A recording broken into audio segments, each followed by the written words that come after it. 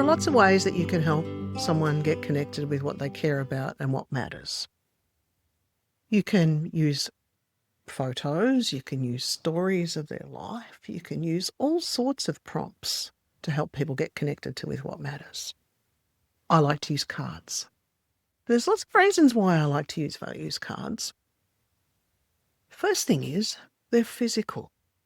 So these ones have an image and words, and the physicalness of them brings the value right into the room. It makes it present. So it's no longer abstract, it's not just verbal behaviour that goes on between us. It's actually physical and present in the room.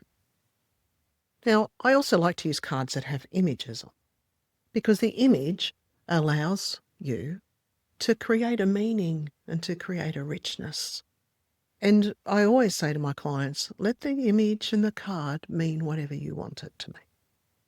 So physical things help with that.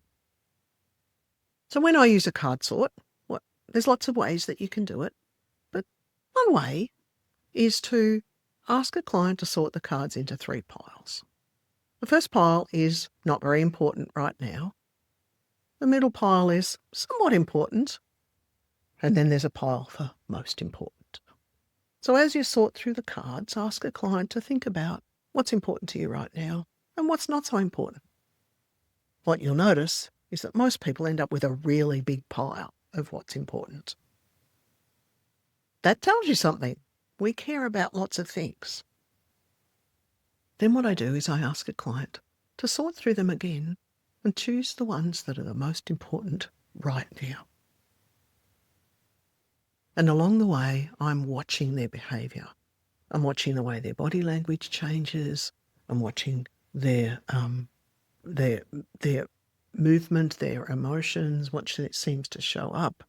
I'm watching the way they talk about the cards, and then we engage in a conversation. The conversation is really not that difficult. It's tell me why you chose that card. People will often say things like, I don't really know why I chose that card. And that's exactly what I want to hear.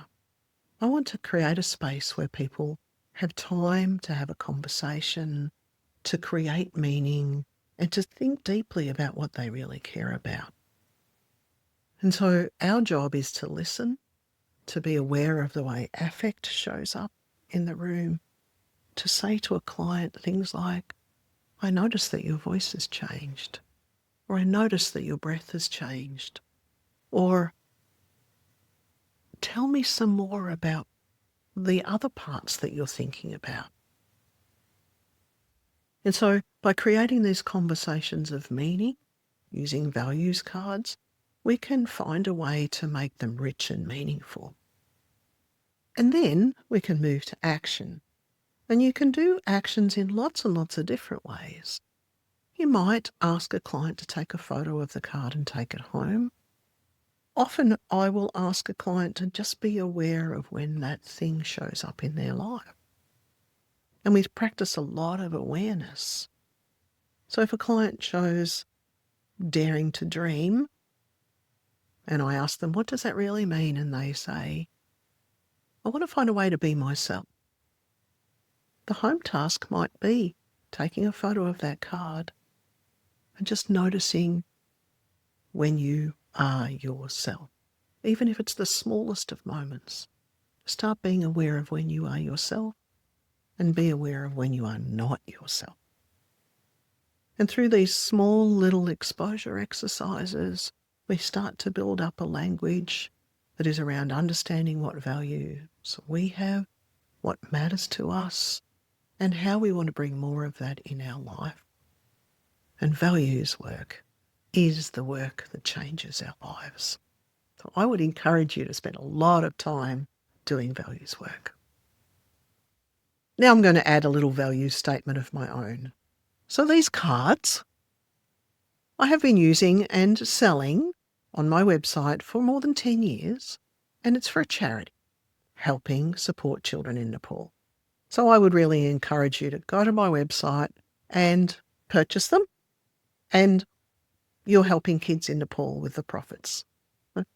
That's another little value statement on my part. Thank you.